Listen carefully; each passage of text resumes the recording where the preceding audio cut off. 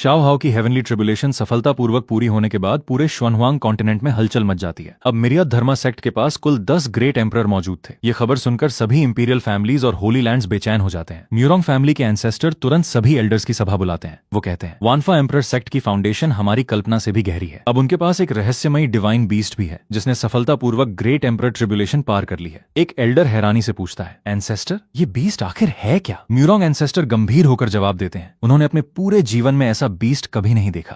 वो ड्रैगन जैसा दिखता है लेकिन ड्रैगन नहीं है। पूरा एंशिएंट लाइब्रेरी खोजने के बाद भी उसका कोई रिकॉर्ड नहीं मिला। इतना सुनकर सभी समझ जाते हैं कि वानफा सेक्ट को हल्के में लेना अब असंभव है। एंसेस्टर आदेश देते हैं, फिलहाल वानफा सेक्ट से दुश्मनी मत लो, लेकिन उनके बहुत करीब भी मत जाओ। इसके बाद वो एक और महत्वपूर्ण फैसला लेते हैं। मूरोंग फैमिली अकेले कुछ नहीं करेगी। पहले Huangfu family, शुआनयुआन family, याओगवांग holy land और टाइकिंग होली लैंड का रुख जानना जरूरी होगा। अगर जरूरत पड़ी तो सभी मिलकर वानफा सेक्ट के खिलाफ रणनीति बनाएंगे। हालांकि किंगलैंड एकेडमी और ग्युआन सॉर्ड पेविलियन को फिलहाल इस योजना में शामिल नहीं किया जाता क्योंकि वे हमेशा राजनीति से दूर रहते थे। इसी समय वानफा सेक्ट के अंदर म्यू चिंगचेंग और कई कोर डिसाइपल लूचेन के सामने पहुंचते हैं। वे सम्मानपूर्वक कहते हैं, उनकी कल्टीवेशन फिलहाल बॉटलनेक पर पहुंच चुकी है, अब उन्हें बाहर जाकर वास्तविक अनुभव प्राप्त करना होगा। उसी समय ओवरलॉर्ड बॉडी पीक से भी संदेश आता है। काई बुफान और हुआ एन भी ट्रेनिंग जर्नी पर निकलने वाले थे।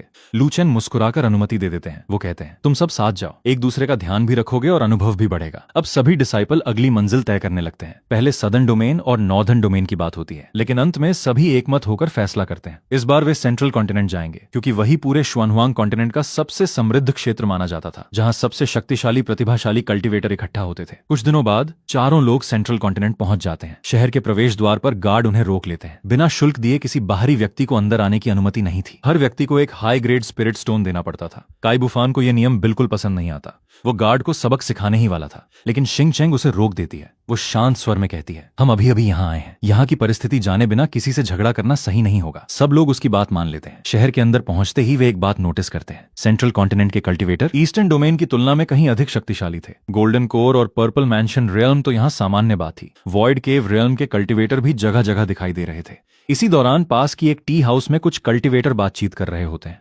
वे बताते हैं कि जल्द ही सेंट्रल कॉन्टिनेंट में एक विशाल प्रतियोगिता होने वाली है जिसका नाम था प्रोडिजी अरीना। ये प्रतियोगिता हर 3 साल में आयोजित होती थी, जहां सभी महान फैमिलीज, होली लैंड्स और प्रीफेक्चर लेवल फोर्सेस पूरे कॉन्टिनेंट के सबसे प्रतिभाशाली युवाओं को आमंत्रित करते थे। अगर कोई वहां अच्छा प्रदर्शन कर दे तो उसका भविष्य पूरी तरह बदल सकता था। म्यू शिंगचेंग ये सुनकर उन कल्टीवेटर से विस्तार से जानकारी मांगती है। वे बताते हैं, इस बार प्रतियोगिता का आयोजन शुआनयुआन फैमिली कर रही है और कोई भी प्रतिभाशाली कल्टीवेटर इसमें भाग ले सकता है। कोई विशेष क्वालिफिकेशन नहीं थी, लेकिन अगर ताकत कम हुई तो वहां जान भी जा सकती थी। प्रतियोगिता अभी 1 महीने बाद शुरू होगी। स्थान होगा सेंट्रल रीजन की सबसे भव्य नगरी, स्काई कैपिटल। इसके बाद चिंगचेंग उनसे सेंट्रल कॉन्टिनेंट के बारे में भी पूछती है। वो कल्टीवेटर मुस्कुराकर पूरा परिचय देता है। सेंट्रल कॉन्टिनेंट 4 भागों में बांटा हुआ है, पूर्व, दक्षिण, पश्चिम और उत्तर। इन सब के बीच सबसे विशाल क्षेत्र है सेंट्रल प्लेन, जहां स्काई कैपिटल स्थित है। फिर वो पूरे सेंट्रल कॉन्टिनेंट की सबसे शक्तिशाली 9 शक्तियों का परिचय देता है। 1 tower, 1 academy, 2 pavilions, 2 Holi lands और 3 ग्रेट फैमिलीज, यानी कुल 9 प्रीफेक्चर लेवल फोर्सेस इनमें शामिल थे। हेवनली सीक्रेट टावर,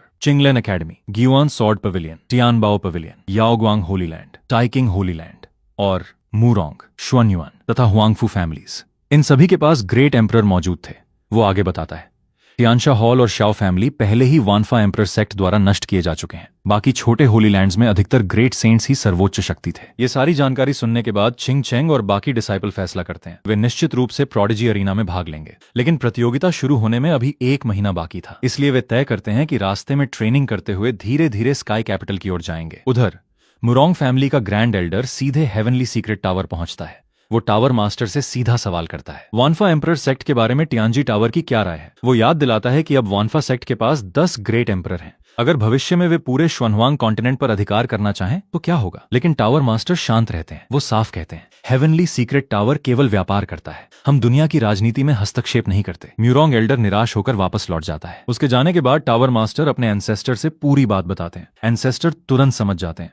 म्यूरोंग फैमिली बाकी इंपीरियल फोर्सेस को एकजुट करने की कोशिश कर रही है, लेकिन हेवनली सीक्रेट टावर किसी पक्ष में नहीं जाएगा। उधर ग्युआन सॉर्ड पेविलियन के मास्टर भी यही निर्णय लेते हैं, अगर कभी युद्ध हुआ तो वे पहले परिस्थिति देखेंगे और अगर कोई पक्ष चुनना पड़ा तो उनका झुकाव वानफा सेक्ट की ओर होगा, क्योंकि उन्होंने देखा था कि वानफा सेक्ट कभी बिना कारण किसी पर हमला नहीं करता। वे केवल उन्हीं लोगों को समाप्त करते हैं जो पहले उन्हें उकसाते हैं। इसी कारण ग्युआन सॉर्ड पेविलियन का मास्टर स्वयं वानफा सेक्ट को इस संभावित गठबंधन की जानकारी देने का निर्णय लेता है। उधर म्यू शिंगचेंग और बाकी डिसाइपल सेंट्रल कॉन्टिनेंट की यात्रा जारी रखते हैं। वे रास्ते भर विभिन्न शहरों का अनुभव लेते हुए आगे बढ़ रहे थे। अचानक उनके कानों में मदद की आवाज सुनाई देती है। कुछ डाकू खुलेआम यात्रियों को लूट रहे थे। जो भी विरोध करता उसे वहीं मार दिया जाता। म्यू शिंगचेंग बिना देर किए आगे बढ़ती है। वो उन डाकुओं को रोक कर कहती है, दिन दहाड़े निर्दोष लोगों को लूटने और मारने की हिम्मत कैसे हुई? डाकुओं का नेता घमंड से हंसता है। वो खुद को ब्लैक विंड फोर्ट का सदस्य बताता है, फिर धमकी देते हुए कहता है, ये हमारी जमीन है, यहाँ ड्रैगन भी आएगा तो सिर झुकाकर चलेगा। अगर बीच में आए तो तुम सबकी लाश यहीं गिरेगी। इतना सुनते ही काई बुफान और हुआ एन एक दूसरे की ओर देखते हैं। अब साफ था, सेंट्रल कॉन्टिनेंट की उनकी पहली असली लड़ाई शुरू होने वाली थी। ब्लैक विंड फोर्ट के डाकुओं ने जब म्यू चिंगचेंग और बाकी डिसाइपल को धमकी दी,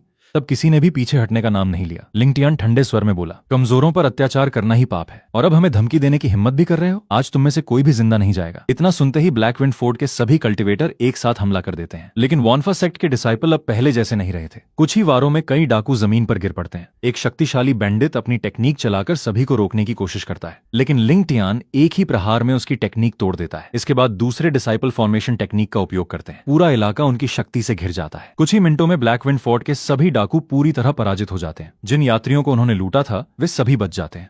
उनमें से एक बुजुर्ग आगे बढ़कर भावुक होकर धन्यवाद देता है। वो अपना स्टोरेज रिंग निकालकर कहता है, इसमें 10,000 हाई ग्रेड स्पिरिट स्टोन्स हैं, कृपया इसे धन्यवाद स्वरूप स्वीकार कर लीजिए।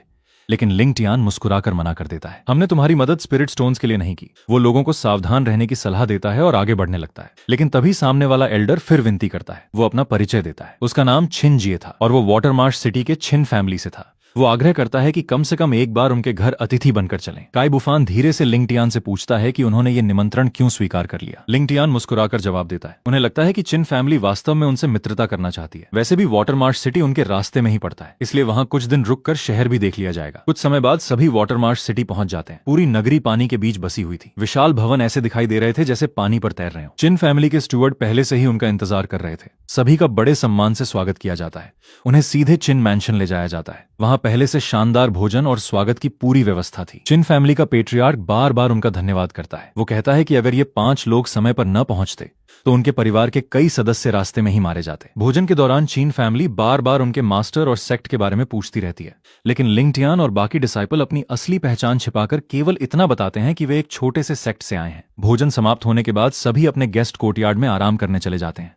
इसी बीच मिंग युए पूरे चीन मैंशन में घूमते हुए एक अजीब जगह तक पहुंच जाती है। वहां नीचे एक गुप्त तहखाना था। वो छिपकर अंदर झांकती है और जो दृश्य देखती है उसे देखकर उसके होश उड़ जाते हैं। अंदर दर्जनों कल्टीवेटर कैद थे। उनका खून निकाला जा रहा था। बीच में एक विशाल कॉल्ड्रन रखा था। साथ ही कई बॉटल्स रखी थीं जिन पर लिखा था ह्यूमन एलिक्सिर पिल्स। घबराकर मिंग युए तुरंत वापस लौटती है। कमरे में पहुंचकर वो पूरी बात सबको बताती है। ये सुनते ही सभी समझ जाते हैं कि चिन फैमिली कोई साधारण परिवार नहीं बल्कि ईवल कल्टीवेटर है जो इंसानों को मारकर ह्यूमन पिल्स तैयार करता है। लिंगटियान को भी याद आता है कि चिन फैमिली पूरे समय उनकी असली पहचान जानने की कोशिश कर रही थी। उन्हें मेहमान नहीं बल्कि शिकार की तरह देखा जा रहा था। अब सवाल था, क्या तुरंत निकल जाना चाहिए या इन निर्दोष लोगों को बचाना चाहिए? काई बुफान बिना सोचे जवाब देता है, अगर हम आज चले गए तो कल और भी लोग मारे जाएंगे। बाकी सभी भी उसकी बात से सहमत हो जाते हैं। वे फैसला करते हैं कि चिन फैमिली को उनके अपराधों की सजा देकर ही आगे बढ़ेंगे। उधर उसी रात चिन फैमिली के बड़े लोग भी गुप्त बैठक करते हैं। वे मान चुके थे कि ये 5 साधारण कल्टीवेटर नहीं है, लेकिन उनकी लाइफ फोर्स बेहद शक्तिशाली थी। अगर इन्हें ह्यूमन एलिक्सिर में बदल दिया जाए तो उनके एंसेस्टर की आयु कई वर्षों तक बढ़ सकती थी। हालांकि परिवार का एक सदस्य डरते हुए कहता है, अगर इन 5 के पीछे कोई बड़ा सेक्ट हुआ तो पूरा छिन फैमिली नष्ट हो सकता है। लेकिन पेट्रियार्क लालच में अंधा हो चुका था। वो आदेश देता है कि अगले ही दिन इन 5 को सीक्रेट चैम्बर में ले जाकर ह्यूमन पिल बना दिया जाएगा। उसी समय लिटिल रेड बर्ड चुपके से उनकी सारी बातचीत सुन लेता है।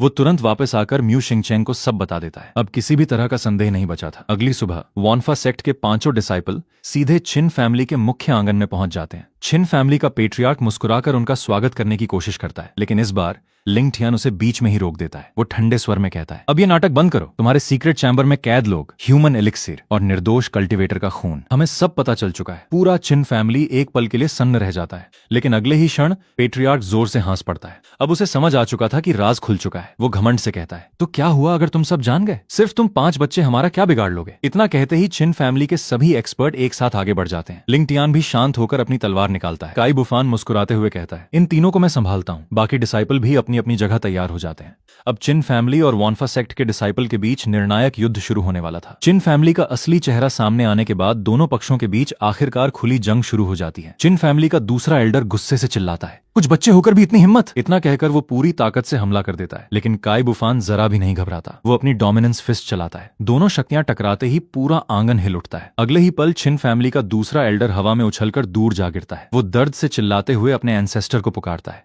लेकिन तब तक बहुत देर हो चुकी थी। काई बुफान एक एक करके छिन फैमिली के सभी एक्सपर्ट्स को हराना शुरू कर देता है। छिन फैमिली का पेट्रियार्क भी उसके सामने टिक नहीं पाता। वो डरकर तीसरे एल्डर को एंसेस्टर बुलाने का आदेश देता है। उसी समय छिन फैमिली के 2 सेंट रियल्म एंसेस्टर भी प्रकट हो जाते हैं। उनकी ऑरा पूरे छिन मैंशन को ढक लेती है, लेकिन काई बुफान उन्हें देखकर भी बिल्कुल नहीं डरता। उधर लिंगटियान और बाकी डिसाइपल भी अपने अपने विरोधियों को आसानी से दबा देते हैं। कुछ ही देर में पूरा किन मैंशन उनकी डोमेन से घिर जाता है। छिन फैमिली के सभी एक्सपर्ट हिल तक नहीं पाते। हार निश्चित देखकर छिन एंसेस्टर अपना एसेंस ब्लड जलाकर अंतिम हमला करता है। वो पूरी शक्ति से डोमिनेंस फिस्ट, बरियल डिटर्मिनेशन चलाता है, लेकिन वॉन्फा सेक्ट के डिसाइपल बिना डरे उसका सामना करते हैं। इसी दौरान छिन मैंशन के बाहर भीड़ इकट्ठा होने लगती है। लोग समझ नहीं पाते कि अंदर आखिर क्या हो रहा है। किसी को लगता है कि छिन फैमिली आपस में लड़ रही है, तो कोई कहता है कि शायद किसी शक्तिशाली दुश्मन ने हमला कर दिया है, लेकिन ग्रैंड फॉर्मेशन के कारण कोई भी अंदर नहीं देख पाता। अंदर युद्ध और भी भयानक हो चुका था। छिन फैमिली का सेंट एंसेस्टर खुद मैदान में उतरता है। वो घमंड से अपना परिचय देता है, मैं छिन फैमिली का एंसेस्टर शिन शैन हूँ। अगर जीना चाहते हो तो तुरंत हमारे पेट्रियार्क को छोड़ दो। लेकिन काई बुफान हंसते हुए जवाब देता है, एक सेंट होने से क्या होता है, आज मैं सेंट को मारकर अपना रास्ता खुद बनाऊंगा। ये सुनकर शिन शान क्रोध से भर उठता है। वो अपनी सेंट रियल्म की पूरी शक्ति छोड़ देता है। पूरा शिन मैंशन कांपने लगता है, लेकिन काई बुफान पीछे हटने की बजाय और भी तेजी से हमला करता है। वो जोर से चिल्लाता है, डोमिनेंस फिस्ट, वर्ल्ड्स एंड।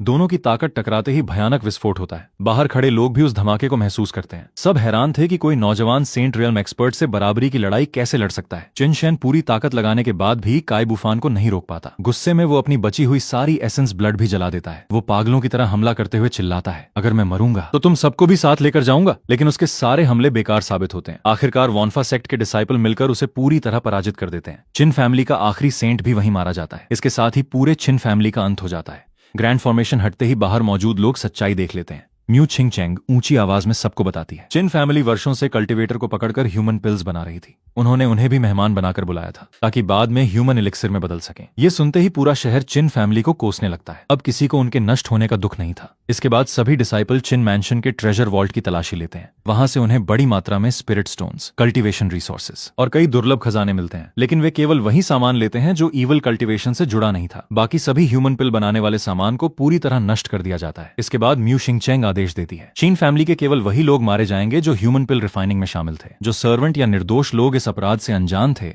उन्हें बिना नुकसान पहुंचाए छोड़ दिया जाएगा। सभी निर्दोष लोग रोते हुए उनका धन्यवाद करते हैं। इसके बाद वॉन्फा सेक्ट के डिसाइपल सीक्रेट चैम्बर में पहुंचते हैं। अंदर का दृश्य देखकर सबके चेहरे बदल जाते हैं। सैकड़ों कल्टीवेटर बेहद कमजोर हालत में कैद थे। कई लोगों के मेरिडियन सील कर दिए गए थे। उनका खून बार बार निकालकर ह्यूमन पिल्स बनाई जाती थी। काई बुफान गुस्से से कहता है, काश मैंने किन फैमिली को इतनी जल्दी न मारा होता। उन्हें इससे भी भयानक सजा मिलनी चाहिए थी। कुछ कैदी तो इतने कमजोर थे कि खड़े भी नहीं हो पा रहे थे। कुछ छोटे बच्चे भी वहां कैद थे। वे डर के मारे कांप रहे थे। म्यू छिंग चेंग उन्हें प्यार से शांत कराती है। सभी कैदियों को आजाद किया जाता है। इसके बाद डिसाइपल उनकी चोटों का इलाज करते हैं। 3 छोटे बच्चे बताते हैं कि वे फेंगशन सिटी के रहने वाले हैं। 1 महीने पहले खेलते समय उन्हें अगवा कर लिया गया था। म्यू छिंग चेंग तुरंत फैसला करती है, इन बच्चों को सुरक्षित उनके परिवार तक पहुंचाया जाएगा। बाकी सभी कैदियों को भी उनके घर वापस भेजने की व्यवस्था की जाती है। चिन फैमिली का मामला पूरी तरह समाप्त होने के बाद दृश्य बदलता है। उधर टियानबाओ पवेलियन के पवेलियन मास्टर ल्यू बाय अपनी बेटी ल्यू यी के साथ वॉन्फा सिटी पहुंचते हैं। ये हैरानी से पूछती है, पिताजी आप खुद इतनी दूर क्यों आए हैं? ल्यू बाय मुस्कुराकर कहते हैं, इस बार का मामला बहुत महत्वपूर्ण है। मुझे खुद वॉन्फा सेक्ट के सेक्ट मास्टर से मिलना है। कुछ ही देर बाद वॉन्फा सेक्ट को संदेश मिलता है। टियानबाओ पवेलियन के पवेलियन मास्टर ल्यू बाय और ल्यू यी मिलने आए हैं। अब लू चेन और ल्यू बाय की पहली आधिकारिक मुलाकात होने वाली थी। चिन फैमिली को खत्म करने और सभी कैद लोगों को आजाद कराने के बाद वॉन्फा सेक्ट के डिसाइपल तीनों बच्चों को लेकर फेंगशन सिटी की ओर रवाना हो जाते हैं। उधर वॉन्फा सेक्ट में टियानबाओ पवेलियन के पवेलियन मास्टर ल्यू बाय अपनी बेटी ल्यू यी के साथ सेक्ट मास्टर लू चेन से मिलने पहुंचते हैं। रॉक्सी पहले उनसे मिलने का कारण पूछती है, लेकिन ल्यू बाय सिर्फ इतना कहते हैं कि उन्हें सेक्ट मास्टर से एक बेहद महत्वपूर्ण बात करनी है। कुछ देर बाद ल्यू चेन उन्हें मिलने की अनुमति दे देते हैं। दोनों अंदर पहुंचकर सम्मानपूर्वक प्रणाम करते हैं। ल्यू चेन मुस्कुराते हुए उनका स्वागत करते हैं और रॉक्सी को चाय परोसने का आदेश देते हैं। इसके बाद ल्यू बाय अपनी असली बात शुरू करते हैं। वो पूछते हैं, सेक्ट मास्टर क्या आपको असेंशन पाथ के बारे में जानकारी है? लू चेन बताते हैं कि उन्होंने इसका नाम तो सुना है, लेकिन पूरी सच्चाई नहीं जानते। तब ल्यू बाय विस्तार से समझाना शुरू करते हैं। असेंशन पाथ हर 10,000 साल में केवल एक बार खुलता है, लेकिन उसमें प्रवेश करने के लिए 2 शर्तें पूरी करनी पड़ती हैं। पहली, असेंशन टोकन, और दूसरी, कम से कम क्वाजी एम्परर रियल्म की कल्टीवेशन। इतना सुनते ही लू चेन मुस्कुराकर अपना असेंशन टोकन निकाल लेते हैं। लियू बाई उसे देखकर चौंक जाते हैं। उन्हें उम्मीद नहीं थी कि वॉनफा सेक्ट के पास भी ये टोकन मौजूद होगा। लू चेन बताते हैं कि शाओ फैमिली को नष्ट करने के बाद ये टोकन उन्हें उनके ट्रेजर वॉल्ट से मिला था। इसके बाद लियू बाई एक और बड़ा रहस्य बताते हैं। लगभग 3 साल बाद असेंशन पाथ फिर से खुलने वाला है और उसी समय स्टारी स्काई में बिखरे हुए कई एंशिएंट कॉन्टिनेंट्स दोबारा शुएनहुआंग कॉन्टिनेंट से जुड़ जाएंगे। लू चेन हैरानी से पूछते हैं, इतने सारे कॉन्टिनेंट स्टारी स्काई में गए कैसे? लियू बाई बताते हैं कि प्राचीन समय में पूरा शुएनहुआंग कॉन्टिनेंट आज से कई गुना विशाल था, लेकिन किसी अज्ञात कारण से वो 3 हिस्सों में बांट गया। वर्तमान शुएनहुआंग कॉन्टिनेंट, स्पिरिट रियल्म और डीमन डोमेन। स्टारी स्काई बेहद खतरनाक जरूर है, लेकिन वहां अनगिनत एंशिएंट सीक्रेट रियल्म्स और अवसर भी छिपे हुए हैं। कुछ देर चुप रहने के बाद लियू बाई गंभीर स्वर में कहते हैं, सेक्ट मास्टर, मुझे शक है कि बाहर गए ग्रेट एम्परर वापस आने के बाद बाकी इंपीरियल फोर्सेस को साथ लेकर आपके वॉनफा सेक्ट के खिलाफ एक अलायंस बना सकते हैं। मैं केवल आपको पहले से सावधान करने आया हूं। लू चेन बिल्कुल भी चिंतित नहीं होते। वो मुस्कुराकर कहते हैं, धन्यवाद सेक्ट मास्टर लियू, कम से कम आपने पहले से आकर हमें ये खबर दी। आभार स्वरूप लू चेन रॉक्सी को 3 इमॉर्टल पीचेस लाने का आदेश देते हैं। लियू बाई उन्हें लेने में संकोच करते हैं, क्योंकि ऐसी वस्तु तो पूरी दुनिया में बेहद दुर्लभ थी। लेकिन लू चेन कहते हैं, इसे धन्यवाद का छोटा सा उपहार समझिए। आखिरकार लियू बाई वो उपहार स्वीकार कर लेते हैं। इसके बाद लू चेन उनसे एक और सवाल पूछते हैं, एसेंशन टोकन और किन किन शक्तियों के पास है? लियू बाई बताते हैं कि लगभग सभी बड़े इंपीरियल फोर्सेस के पास एक एक असेंशन टोकन मौजूद है। साथ ही वो कहते हैं, अब वॉनफा सेक्ट की ताकत बाकी सभी शक्तियों से कहीं आगे निकल चुकी है, इसलिए उनका घबराना स्वाभाविक है। लू चेन शांत स्वर में जवाब देते हैं, वे मेरे लिए कोई खतरा नहीं है, बस उम्मीद है कि वे खुद विनाश का रास्ता नहीं चुनेंगे। उधर मूरोंग इंपीरियल क्लैन में उसी समय एक गुप्त सभा चल रही थी। मूरोंग क्लैन लीडर ने सभी बड़े इंपीरियल फैमिलीज और होली लैंड्स के प्रतिनिधियों को बुलाया था। सभा की शुरुआत करते हुए वो कहते हैं, वॉनफा सेक्ट अब पूरी दुनिया के संतुलन को बदल रहा है। अगर हमने अभी कुछ नहीं किया तो भविष्य में कोई भी उन्हें रोक नहीं पाएगा। सभी लोग सहमति में सिर हिलाते हैं। किसी का कहना था कि वॉनफा सेक्ट की शक्ति अस्वाभाविक गति से बढ़ रही है, तो कोई कहता है कि उनके पास जरूर ग्रेट एम्परर बनाने वाला कोई गुप्त खजाना या टेक्निक है। मोरोंग क्लैन लीडर आगे कहते हैं, अगर सभी इंपीरियल फोर्सेज अलग अलग लड़ेंगी तो वॉनफा सेक्ट एक एक करके सबको खत्म कर देगा, इसलिए केवल एक ही रास्ता बचता है, अलायंस। वो प्रस्ताव रखते हैं कि सभी मिलकर वॉनफा सेक्ट पर हमला करेंगे। अगर हर शक्ति अपने 2-2 ग्रेट एम्परर भेज दे तो कुल मिलाकर उनके पास 11 ग्रेट एम्परर हो जाएंगे। साथ ही क्वाजी एम्परर की संख्या भी वॉनफा सेक्ट से अधिक होगी। कई लोग इस योजना से सहमत हो जाते हैं, लेकिन कुछ लोग पूछते हैं, अगर वॉनफा सेक्ट को हराने के बाद खजाना मिला तो उसका बंटवारा कैसे होगा? मूरोंग क्लैन लीडर पहले से इसका जवाब तैयार रखता है। वो घोषणा करता है, वॉनफा सेक्ट से मिलने वाली सभी कल्टीवेशन टेक्निक्स, रिसोर्सेज और ट्रेजर 5 शक्तियों में बराबर बांटे जाएंगे। अगर एम्परर बनाने वाली कोई टेक्निक मिली तो 5 परिवार मिलकर उसका उपयोग करेंगे, और अगर कोई परिवार लालच करेगा तो बाकी 4 मिलकर उसी का अंत कर देंगे। ये सुनकर सभी एक एक करके शपथ लेते हैं। शुआनयुआन फैमिली, वांगफू फैमिली, याओगुआंग होली लैंड और ताइकिंग होली लैंड सभी इस अलायंस में शामिल हो जाते हैं। लेकिन मुरोंग क्लैन लीडर आखिरी चेतावनी भी देता है, आज की ये बैठक किसी भी कीमत पर बाहर नहीं जानी चाहिए। अगर वॉनफा सेक्ट को इसकी भनक लग गई तो हमारे पूरे परिवार खतरे में पड़ जाएंगे। सभी लोग इस बात पर सहमत होकर सभा समाप्त कर देते हैं। उधर वॉनफा सेक्ट के डिसाइपल अभी भी यात्रा पर थे। रास्ते में वे ड्रैगन मीट पकाकर तीनों बच्चों को खिलाते हैं। बच्चों की कल्टीवेशन कम होने के कारण वे केवल थोड़ा सा मांस ही खा पाते हैं, लेकिन सिर्फ कुछ निवाले खाने से ही उनका शरीर पूरी तरह ठीक हो जाता है। उनकी कल्टीवेशन भी लगातार बढ़ने लगती है। कुछ ही देर बाद सभी फेंगचियन सिटी पहुंच जाते हैं। तीनों बच्चे खुशी खुशी अपने घर की ओर दौड़ पड़ते हैं। पूरा जियांग फैमिली उन्हें जीवित देखकर खुशी से रो पड़ता है। दादा जियांग टियान्यू बार बार वॉनफा सेक्ट के डिसाइपल का धन्यवाद करते हैं। वो झुककर प्रणाम करने लगते हैं, लेकिन लिंग टियान तुरंत उन्हें रोक देता है। वो कहता है, ओल्ड मास्टर, ऐसा मत कीजिए। किसी भी निर्दोष इंसान की मदद करना हमारा कर्तव्य है। जियांग फैमिली उनका एहसान चुकाने के लिए फैमिली टोकन देना चाहती है, लेकिन वॉनफा सेक्ट के डिसाइपल विनम्रता से मना कर देते हैं। उसी समय जियांग फैमिली के लोग गुस्से में कहते हैं कि वे चिन फैमिली से बदला लेंगे, लेकिन काइबुफान मुस्कुराकर जवाब देता है, उसकी जरूरत नहीं है। खिन फैमिली अब इस दुनिया में मौजूद ही नहीं है। फिर वो पूरी घटना विस्तार से बताता है, कैसे चिन फैमिली कल्टीवेटर पकड़कर ह्यूमन पिल्स बनाती थी, कैसे उन्होंने उन्हें भी धोखे से गेस्ट बनाकर बुलाया, और कैसे आखिरकार पूरे चिन मैंशन को खत्म कर दिया गया। लिंग टियान भी इसकी पुष्टि कर देता है। ये सच्चाई सुनकर पूरा जियांग फैमिली स्तब्ध रह जाता है। उन्हें विश्वास ही नहीं होता कि सामने खड़े ये कुछ नौजवान पूरे चिन फैमिली का अंत कर चुके हैं। जियांग फैमिली में आराम करने के बाद अगले दिन शोई वॉनफा सेक्ट के सभी डिसाइपल को पूरे फेंगशन सिटी की सैर कराने निकलता है। सबसे पहले वो उन्हें टियानबाओ पवेलियन की ब्रांच दिखाता है। फिर ड्रंकन इमॉर्टल टावर की ओर इशारा करते हुए बताता है कि वहां की स्पिरिट कार्प पूरे शहर में सबसे मशहूर है। इसी दौरान निंग यून की नजर सड़क किनारे बिक रहे एक स्पिरिट बीस्ट पर पड़ती है। वो तुरंत उत्साहित होकर कहती है, सीनियर ब्रदर, मुझे वो स्पिरिट रैट खाना है। काइबुफान मुस्कुराकर उसे खरीदने के लिए आगे बढ़ जाता है, लेकिन तभी पीछे से एक घमंडी आवाज सुनाई देती है। एक अमीर युवक हंसते हुए निंग यून की तरफ देखता है और कहता है, छोटी लड़की, तुम्हारे कंधे पर बैठे दोनों स्पिरिट बीस्ट मुझे पसंद आ गए हैं। 10,000 लो ग्रेड स्पिरिट स्टोन्स, मैं इन्हें खरीदता हूँ। निंग यून बिना सोचे जवाब देती है, नहीं बेचूंगी। लेकिन वो युवक हार नहीं मानता। पहले 30,000, फिर 3 लाख स्पिरिट स्टोन्स तक कीमत बढ़ा देता है। फिर भी निंग यून का जवाब वही रहता है, मैं नहीं बेच रही। अब युवक का चेहरा गुस्से से भर जाता है। वो अपना परिचय देता है, मैं चियान फैमिली का यंग मास्टर चियान शाओबाई हूँ। पूरे फेंगशन सिटी में आज तक किसी ने मुझे मना करने की हिम्मत नहीं की। इतना सुनते ही जियान शाओ गुस्से से भर उठता है। वो मन ही मन सोचता है, एक मामूली इंसान होकर भी डिवाइन बर्ड का अपमान करने की हिम्मत, अभी इसी वक्त इसे जला दूं। लेकिन निंग यून उसे रोक देती है। वो खुद आगे बढ़कर चियान शाओबाई को मना करती है। उसी समय जियांग फैमिली का स्टूअर्ड अंकल फ्यू भी वहां पहुंच जाता है। वो चियान शाओबाई से विनती करता है, इन लोगों को छोड़ दीजिए, ये जियांग फैमिली के मेहमान हैं। लेकिन चियान शाओबाई घमंड से हंसता है। वो कहता है, जियांग फैमिली जा सकती है, लेकिन दोनों स्पिरिट बीस्ट यहीं रहेंगे। ये सुनते ही काई बुफान का धैर्य टूट जाता है। वो बिना कुछ बोले आगे बढ़ता है और एक ही लात में चियान शाओबाई को जमीन पर गिरा देता है। पूरा बाजार सन्न रह जाता है। चियान शाओबाई दर्द से चीखने लगता है, लेकिन वो अभी भी धमकी देता रहता है, तुम खत्म हो गए, मेरा चियान फैमिली तुम्हें जिंदा नहीं छोड़ेगा। काई बुफान शांत स्वर में कहता है, अभी भी धमकी? इतना कहकर वो दोनों पैरों की हड्डियां तोड़ देता है। चियान शाओबाई दर्द से बेहोश हो जाता है। आसपास के लोग दंग रह जाते हैं। किसी ने कभी चियान फैमिली के यंग मास्टर को इस हालत में नहीं देखा था। काई बुफान ठंडे स्वर में कहता है, इसे उठाकर ले जाओ, अगर दोबारा हमारी नजर के सामने आया तो जान से मार दूंगा। अंकल फ्यू तुरंत समझ जाता है कि अब बड़ी मुसीबत आने वाली है। वो शोई को डिसाइपल के साथ छोड़कर भागता हुआ जियांग फैमिली लौट जाता है। उधर जियांग फैमिली में खबर पहुंचते ही पेट्रियार्क जियांग और जियांग चांगचिंग दोनों चौंक जाते हैं। उन्हें पहले लगता है कि केवल छोटा सा झगड़ा हुआ होगा, लेकिन जब पता चलता है कि चियान शाओबाई के दोनों पैर तोड़ दिए गए हैं तो पूरा माहौल गंभीर हो जाता है। जियांग पेट्रियार्क तुरंत फैसला करते हैं, पहले चियान फैमिली जाकर माफी मांगी जाएगी, अगर बात पैसे से सुलझ गई तो युद्ध टाल दिया जाएगा। उधर चियान फैमिली में भी हड़कंप मचा हुआ था। चियान शाओबाई के माता पिता गुस्से से आग बबूला हो जाते हैं। चियान पेट्रियार्क गरजते हुए आदेश देता है, तुरंत सेना तैयार करो, आज जियांग फैमिली को इसकी कीमत चुकानी होगी। कुछ ही देर में पूरा चियान फैमिली जियांग मैंशन की ओर बढ़ जाता है। उधर जियांग पेट्रियार्क वानफा सेक्ट के डिसाइपल को समझाने की कोशिश करते हैं। वो कहते हैं, अगर बात बिगड़ गई तो आप लोग तुरंत फेंगशन सिटी छोड़ देना। लेकिन काई बुफान मुस्कुराकर जवाब देता है, एक चियान फैमिली हमारे लिए कुछ भी नहीं है, अगर उन्होंने ज्यादा किया तो एक और फैमिली खत्म हो जाएगी। जियांग फैमिली के सभी लोग ये सुनकर घबरा जाते हैं। उन्हें विश्वास ही नहीं होता कि कोई सेंट किंग फैमिली के बारे में इतनी आसानी से ऐसी बात कह सकता है। उसी समय बाहर से तेज आवाज गूंजती है, जियांग चांगचिंग, जिसने मेरे बेटे को अपंग बनाया है, उसे तुरंत मेरे हवाले कर दो।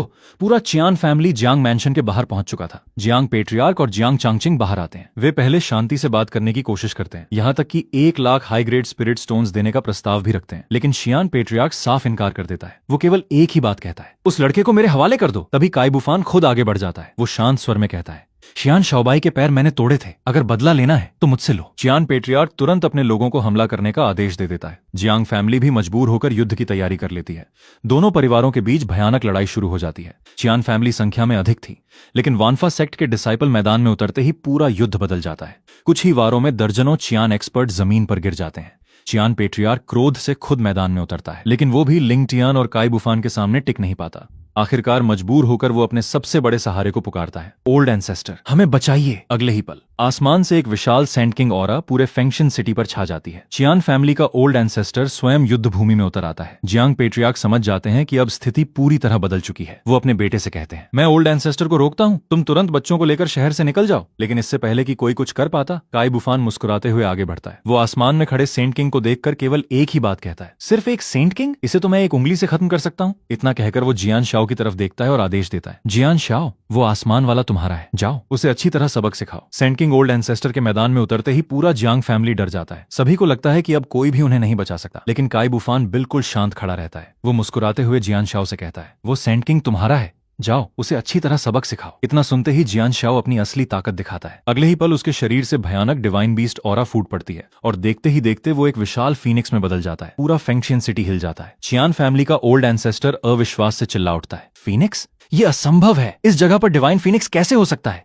जियांग फैमिली के सभी लोग भी दंग रह जाते हैं। अब उन्हें समझ आता है कि निंग यून के कंधे पर बैठा छोटा सा पक्षी वास्तव में एक डिवाइन बीस्ट फीनिक्स था। फीनिक्स ठंडी नजर से सेंट किंग को देखता है और कहता है, एक मामूली सेंट किंग, मेरे मास्टर के सामने घमंड करने की हिम्मत कैसे हुई? इसके बाद वो केवल एक वार करता है। सेंट किंग पूरी तरह दब जाता है। उसकी सारी ताकत बेकार साबित होती है। कुछ ही पलों में फीनिक्स उसे पूरी तरह कुचल देता है। पूरा चियान फैमिली भय से कांप उठता है। उन्हें समझ आ जाता है कि उनका सबसे बड़ा सहारा भी खत्म हो चुका है। लेकिन मरने से पहले ओल्ड एंसेस्टर खुद को उड़ाकर सबको साथ ले जाने की कोशिश करता है। वो सेल्फ डिस्ट्रक्ट करने लगता है। सभी लोग पीछे हट जाते हैं, लेकिन फीनिक्स बिना घबराए उसके सेल्फ डिस्ट्रक्शन को भी रोक देता है और उसे पूरी तरह समाप्त कर देता है। सेंट किंग की मौत के साथ ही चियान फैमिली का हौसला टूट जाता है। अब निंग टियान आदेश देता है, चलो जड़ से खत्म करते हैं। वानफा सेक्ट के सभी डिसाइपल सीधे चियान मैंशन पहुंच जाते हैं। उधर चियान फैमिली के लोग जान बचाकर भागने लगते हैं। कोई ट्रेजर लेकर भाग रहा था, कोई सीक्रेट पैसेज ढूंढ रहा था, लेकिन किसी को निकलने नहीं दिया जाता। निंगटियान सबके सामने ऐलान करता है, जो निर्दोष हैं उन्हें कुछ नहीं होगा, लेकिन जिसने भी दूसरों पर अत्याचार किया है आज कोई नहीं बचेगा।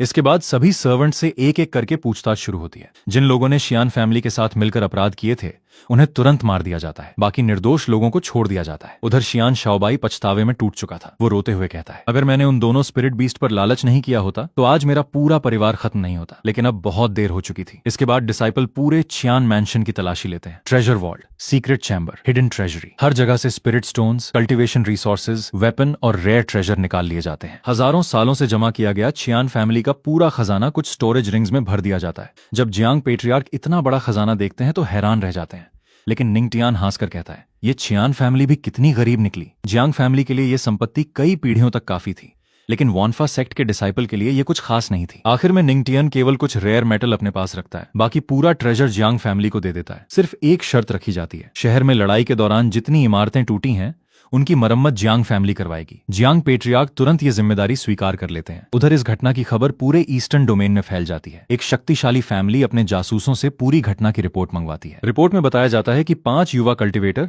एक डिवाइन फीनिक्स और दूसरे पावरफुल स्पिरिट बीस्ट के साथ घूम रहे थे। चियान फैमिली का विनाश भी उन्हीं के हाथों हुआ। इतना ही नहीं, चेन फैमिली का सेंट एंसेस्टर भी उन्हीं में से एक युवक ने मार डाला। जब यह सुना जाता है कि उसके सीने से एंशिएंट लाइट निकली थी और हेवनली कैलामिटी जैसी शक्ति उतरी थी, तो उनके एंसेस्टर तुरंत समझ जाते हैं वो लड़का साधारण नहीं, उसके पास लेजेंडरी सुप्रीम बोन है। साथ ही 2 क्वाजी एम्परर स्पिरिट बीस्ट भी उसकी रक्षा कर रहे हैं। अब वे फैसला करते हैं कि पहले इन युवाओं की असली पहचान पता की जाएगी। जब तक पूरी जानकारी न मिल जाए कोई भी उनसे संपर्क नहीं करेगा। दूसरी ओर कुछ जीनियस कल्टिवेटर भी सुप्रीम बोन की खबर सुनकर उत्साहित हो जाते हैं। एक जीनियस आत्मविश्वास से कहता है, अगर वो प्रोडिजी अरीना में आया तो मैं उसे हराकर अपनी ताकत पूरी दुनिया को दिखाऊंगा। उधर जियांग रेजिडेंस में सभी डिसाइपल महसूस करते हैं कि लगातार लड़ाइयों के कारण उनकी कल्टिवेशन बहुत बढ़ चुकी है। काइबुफान, हुआ एन और छिंगचेंग सभी ब्रेक थ्रू के करीब पहुंच चुके थे, इसलिए वे कुछ दिन जियांग रेजिडेंस में रुककर क्लोज डोर कल्टीवेशन करने का फैसला करते हैं। जियांग पेट्रियार्क उन्हें अपने घर का सबसे अच्छा स्पिरिचुअल कल्टीवेशन ग्राउंड दे देते हैं। कुछ दिनों की साधना के बाद सबसे पहले चिंगचेंग का ब्रेक थ्रू होता है। वो सीधे सेलेस्टियल किंग रियल्म पीक तक पहुंच जाती है। इसके बाद सेक्ट मास्टर द्वारा दी गई कल्टीवेशन पिल की मदद से उसकी ताकत और भी बढ़ जाती है। दूसरी ओर निंगटियान भी अपनी कल्टीवेशन को स्थिर करता है। फिर हुआ एन और काइबुफान भी लगातार ब्रेक थ्रू करते हुए सेंट एंट्री रियल्म तक पहुंच जाते हैं। अब उनकी ताकत पहले से कई गुना बढ़ चुकी थी। सीनियर ब्रदर निंगटियान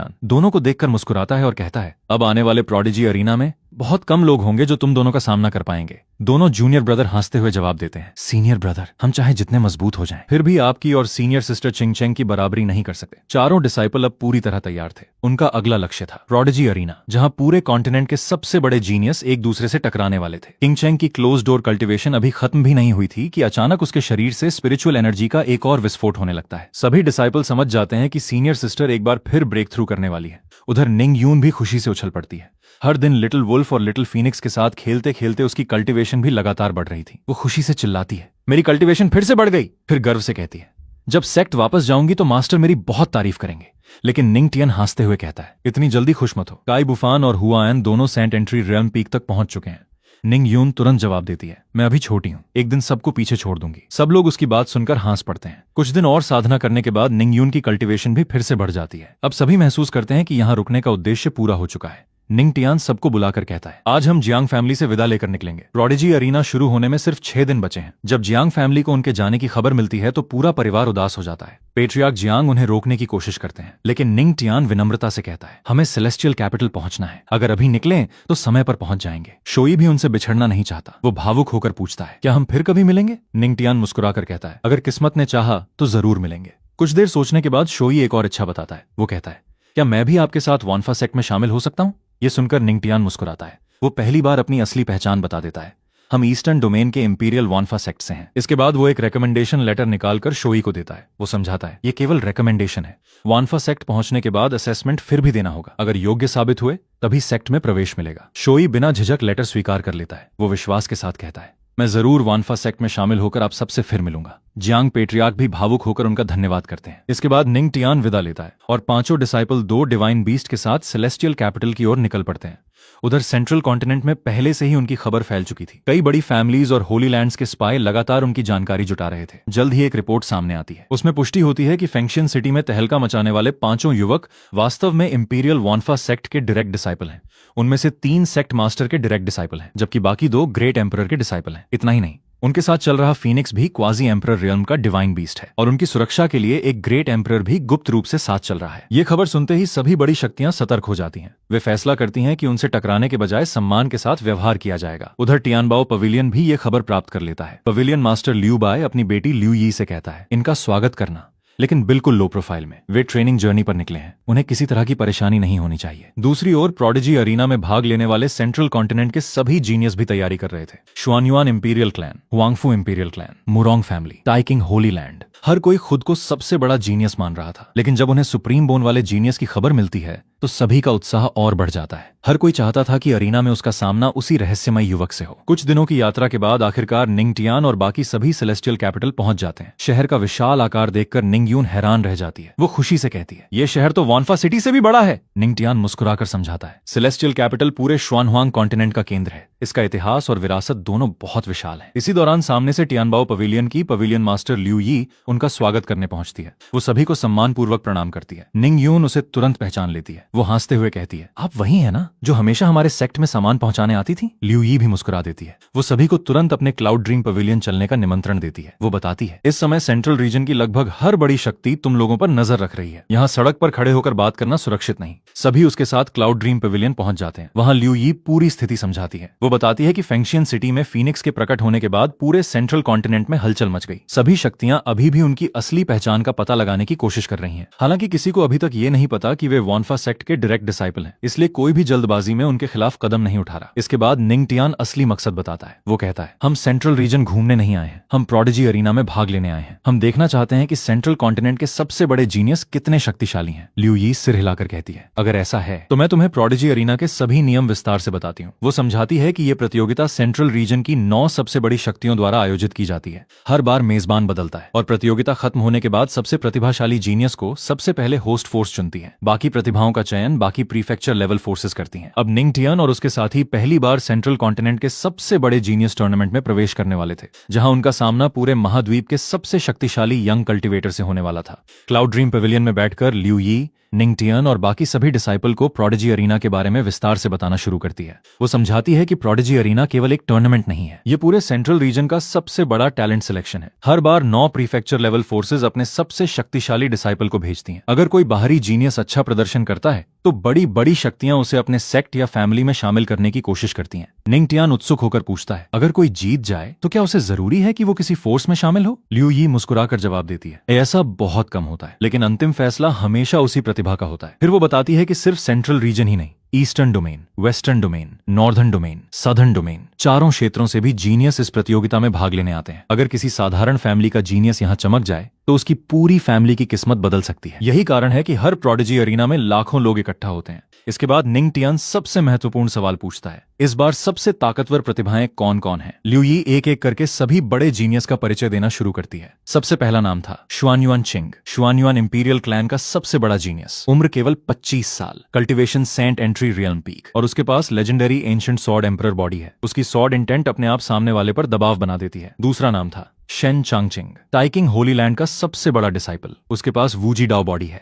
वो टाइकिंग वूजी डाओ की साधना करता है। उसका स्वभाव बेहद शांत, ठंडा और घमंडी माना जाता है। तीसरा नाम मुरोंग शुआंग, मुरोंग इंपीरियल क्लैन की इंपीरियल प्रिंसेस। उसके पास प्रोफाउंड यिन डिवाइन बॉडी है। वो ग्रेट यिन पावर की साधना करती है। उसकी पूरी पर्सनैलिटी बर्फ की तरह ठंडी है। चौथी प्रतिभा थी मैंग्याओ, याओगुआंग होली लैंड की sentence, heavenly sound scent body की मालिक। उसकी आवाज ही हमला बन जाती है। हर शब्द ग्रेट डाओ की शक्ति लेकर निकलता है। पांचवा नाम जियन वूचन, गियुआ सॉर्ड पवेलियन का सबसे शक्तिशाली जीनियस। उसके पास 5 एलिमेंट सॉर्ड बॉडी है। और छठा नाम चूसी, चिंगलन अकेडमी का टॉप डिसाइपल। उसके पास लिटरेरी हार्ट डाओ बॉडी है। वो लिटरेचर के माध्यम से डाओ को समझता है। उसका स्वभाव बेहद शांत और विद्वानों जैसा है। निंग यून आश्चर्य से पूछती है, क्या सिर्फ यही 6 लोग सबसे मजबूत हैं? ल्यू यी सिर हिलाती है। वो बताती है कि और भी कई प्रतिभाएं हैं, लेकिन फिलहाल सबसे ज्यादा चर्चा इन्हीं 6 लोगों की है। इसके बाद वो निंग टियान की ओर देखकर मुस्कुराती है, लेकिन इन सब के मुकाबले मुझे तुमसे ज्यादा उम्मीद है। तुम्हारे पास लेजेंडरी सुप्रीम बोन है और तुम्हें स्वयं सेक्ट मास्टर ने सिखाया है। निंग यून तुरंत हैरान होकर पूछती है, आपको कैसे पता कि सीनियर ब्रदर के पास सुप्रीम बोन है? लिu यी हंसते हुए जवाब देती है, जब चिन फैमिली के सेंट को हेवनली कैलामिटी लाइट से मारा गया था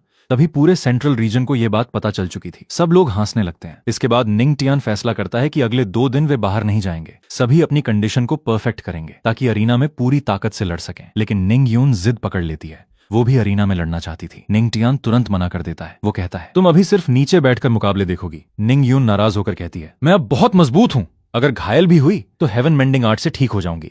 लेकिन निंग टियान अपनी बात नहीं बदलता। आखिर में निंग यून मुंह फुलाकर मान जाती है। उधर टियानबाओ पवेलियन में लिu यी अपने पिता को पूरी रिपोर्ट देती है। वो बताती है कि वानफा सेक्ट के डायरेक्ट डिसाइपल सचमुच प्रोडिजी अरीना में भाग लेने आए हैं। साथ ही उसने उन्हें सेंट्रल रीजन के सभी बड़े जीनियस की जानकारी भी दे दी है। लिu बाई संतुष्ट होकर मुस्कुराता है। वो कहता है, अब देखते हैं इंपीरियल क्लैन और होली लैंड के लोग इन बच्चों को देखकर क्या करते हैं। उसे पूरा विश्वास था कि इतनी बड़ी प्रतिभाओं को देखकर कोई भी उन्हें अपने साथ जोड़ना चाहेगा, लेकिन किसी को उनकी असली पहचान का पता नहीं था, इसलिए सभी फिलहाल केवल इंतजार कर रहे थे। उधर उसी समय ईस्टर्न डोमेन के वानफा सेक्ट में भी हलचल मची हुई थी। जियांग फैमिली निंग टियान का रेकमेंडेशन लेटर लेकर सेक्ट पहुंच जाती है। गेट एल्डर लेटर देखते ही समझ जाता है कि यह निंग टियान का टोकन है। वो तुरंत ग्रैंड एल्डर को सूचना देता है। ग्रैंड एल्डर पहले सेक्ट मास्टर से पूछने का सोचते हैं, लेकिन तभी रॉक्सी आ जाती है। वो बताती है कि सेक्ट मास्टर को पहले से ही सब पता है। उन्होंने आदेश दिया है कि सभी का असेसमेंट सामान्य नियमों के अनुसार ही लिया जाएगा। इसके बाद वॉन्ग लिन सभी उम्मीदवारों के सामने परीक्षा के नियम समझाता है। पहला चरण था इल्यूजरी स्पिरिट स्टेयरकेस, कुल 99 सीढ़ियां। पहली 66 सीढ़ियों पर हर व्यक्ति को अलग अलग इल्यूजन का सामना करना होगा। लोभ,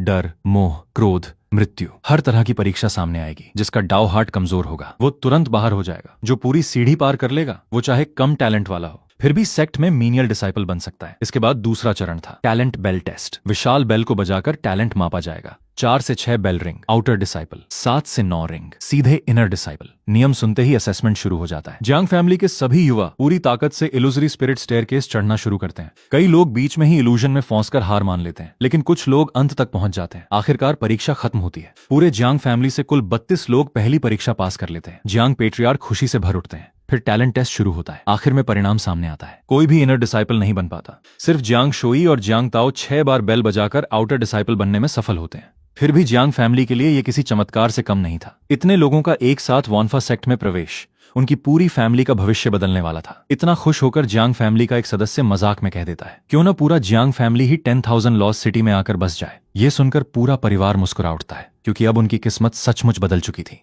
उधर सेंट्रल रीजन में 3 साल बाद होने वाला सबसे बड़ा आयोजन प्रोडिजी अरीना बैटल आखिरकार शुरू होने वाला था। पूरे शहर में उत्साह की लहर दौड़ गई। हर तरफ सिर्फ इसी प्रतियोगिता की चर्चा हो रही थी। लोग कहते थे कि इस बार सेंट एंट्री रियल्म के सबसे बड़े जीनियस भी भाग ले रहे हैं। Imperial clan, holy land, academy, sword pavilion, हर बड़ी शक्ति के सबसे प्रतिभाशाली डिसाइपल इस अरीना में उतरने वाले थे। तभी वानफा सेक्ट के सेक्ट मास्टर के पास अचानक ड्रीम सिस्टम का नया मिशन आ जाता है। मिशन वानफा सेक्ट के 5 डायरेक्ट डिसाइपल को पूरे सेंट्रल प्रोविंस में प्रसिद्ध बनाना और उन्हें टूर्नामेंट के टॉप 5 स्थान दिलाना। मिशन पूरा होने पर एक स्पेशल गिफ्ट पैक मिलेगा। सेक्ट मास्टर हैंस पड़ता है। वो सिस्टम से शिकायत करता है कि टूर्नामेंट शुरू होने से ठीक पहले मिशन देना कोई अच्छी बात नहीं है। फिर वो तुरंत मास्टर डिसाइपल जेड पेंडेंट के माध्यम से निंग टियान और बाकी सभी डिसाइपल से संपर्क करता है। कुछ ही पल में निंग टियान, काई बुफान, हुआ एन, म्यू छिंग चेंग और निंग यूए सभी मास्टर के सामने उपस्थित हो जाते हैं। सेक्ट मास्टर उन्हें सबसे महत्वपूर्ण आदेश देता है, आज के टूर्नामेंट में टॉप 5 की सभी जगहें हमारी वानफा सेक्ट की होनी चाहिए। सभी डिसाइपल बिना किसी हिचक के आदेश स्वीकार कर लेते हैं। फिर निंग यूए मासूमियत से पूछती है, मास्टर क्या मैं भी लड़ सकती हूँ? सेक्ट मास्टर मुस्कुराकर उसकी अनुमति दे देता है। वो कहता है कि लू चैन उसके साथ रहेगा,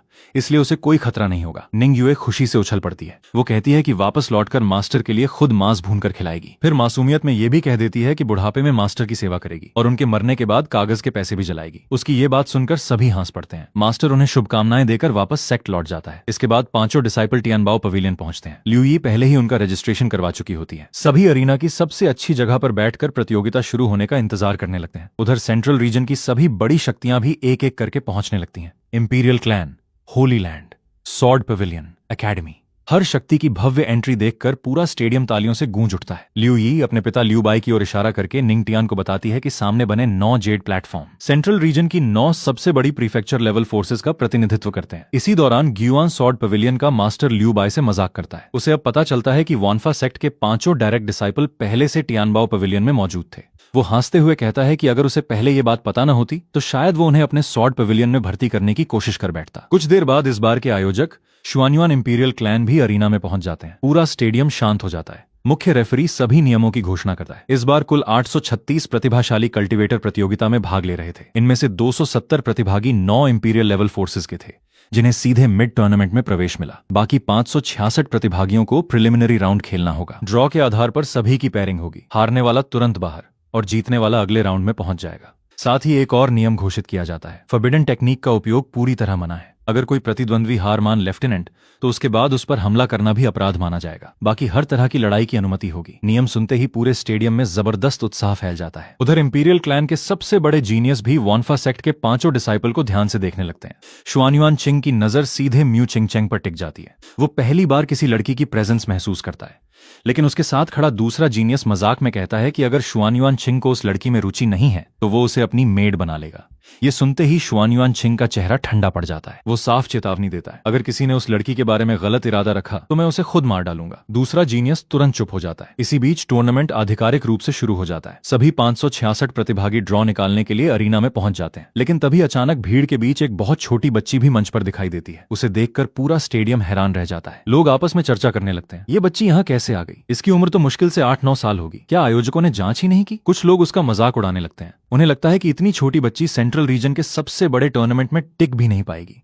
लेकिन किसी को जरा भी अंदाजा नहीं था कि यही छोटी बच्ची पूरे अरीना को चौंकाने वाली थी। प्रोडिजी अरीना के मैदान में जैसे ही छोटी सी निंग युए का नाम पुकारा जाता है, पूरा स्टेडियम उसकी ओर देखने लगता है। इतनी छोटी बच्ची को देखकर कई लोग हंसने लगते हैं, लेकिन कुछ अनुभवी कल्टीवेटर तुरंत सबको चेतावनी देते हैं। वे बताते हैं कि ये कोई साधारण बच्ची नहीं है। ये उन्हीं 5 प्रतिभाओं में से एक है जो फेंगशियन सिटी से आई है। इसकी ताकत किसी भी हेवनली प्राइड से कम नहीं है। इतनी कम उम्र में ऐसी कल्टीवेशन हजारों साल में शायद ही कभी देखने को मिलती है। कुछ लोग सोचने लगते हैं कि आखिर कौन सी शक्ति है जिसने ऐसी प्रतिभा को तैयार किया होगा। रेफरी भी घोषणा करता है कि टूर्नामेंट में भाग लेने वाले हर प्रतिभागी की पूरी जांच की गई है। यहाँ किसी तरह की धोखाधड़ी संभव नहीं है। इसके बाद ड्रॉ पूरा होता है। निंग युए को पहला मुकाबला मिलता है। उसका प्रतिद्वंद्वी था बिलियांग क्लैन का जीनियस जोलाई। सिर्फ 22 साल की उम्र में उसने आयरन ब्लेड बॉडी को लगभग पूर्णता तक साध लिया था। उसका स्वभाव बेहद क्रूर और घमंडी था। कहा जाता था कि उसने अपने ही सेक्ट में लगातार 15 प्रतिभाओं को हराया था। अरीना में आते ही जोलाई निंग युए को देखकर जोर से हंसने लगता है। वो कहता है, मैं इतनी मुश्किलों से यहाँ पहुंचा और पहला मुकाबला एक छोटी बच्ची से। वो निंग युए को अरीना छोड़कर भाग जाने की सलाह देता है। साथ ही धमकी देता है कि अगर उसने हमला किया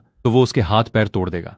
लेकिन निंग युए बिल्कुल शांत खड़ी रहती है। वो अपनी सील खोलती है और अगले ही पल कायरन स्टेप का प्रयोग करती है। इतनी तेज गति से वो जोलाई के सामने पहुंचती है कि किसी को उसकी चाल दिखाई तक नहीं देती। सिर्फ एक किक और जोलाई सीधा अरीना के बाहर जा गिरता है। पूरा स्टेडियम सन्न रह जाता है। कुछ लोगों को तो यकीन ही नहीं होता कि मुकाबला खत्म भी हो चुका है। इंपीरियल क्लैन के कई बड़े लोग तुरंत खड़े हो जाते हैं। शुआनयुआन क्लैन का एक एल्डर उत्साहित होकर कहता है, ये लड़की मुझे चाहिए। लेकिन दूसरे इंपीरियल क्लैन भी उसी पर नजर गड़ा चुके थे। सब समझ चुके थे कि निंग युए कोई साधारण प्रतिभा नहीं है। निंग युए मासूमियत से मुस्कुराकर वापस अपने साथियों के पास लौट आती है। वो शिकायत करती है, वो तो बहुत कमजोर था, मुझे तो बिल्कुल मजा ही नहीं आया। उसकी बात सुनकर बाकी डिसाइपल हंस पड़ते हैं। इसी बीच निंग टियान का मुकाबला भी घोषित हो जाता है। उसका प्रतिद्वंद्वी था मो फेंग, यिनशा गोस्ट पाथ का बेहद निर्दयी कल्टीवेटर।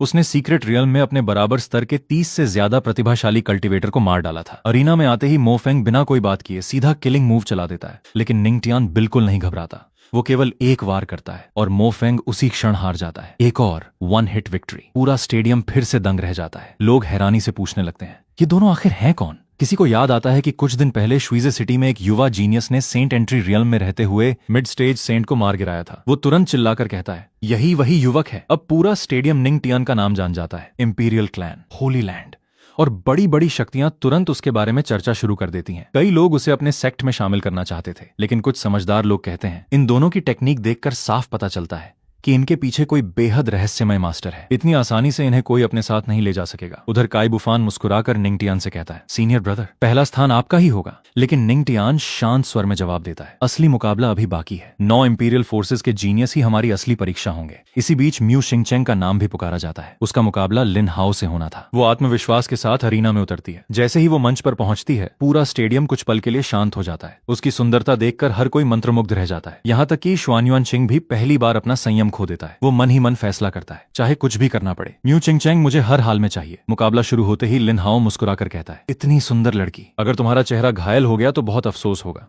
वो उसे बिना लड़े हार मानने की सलाह देता है, लेकिन म्यू चिंगचेंग कोई जवाब नहीं देती। अगले ही पल सिर्फ एक ही वार में लिन हाओ पूरी तरह पराजित होकर अरीना में गिर पड़ता है। उसकी आंखों में केवल अविश्वास था। वो कांपती आवाज में बस इतना ही कह पाता है, ये कैसे संभव है?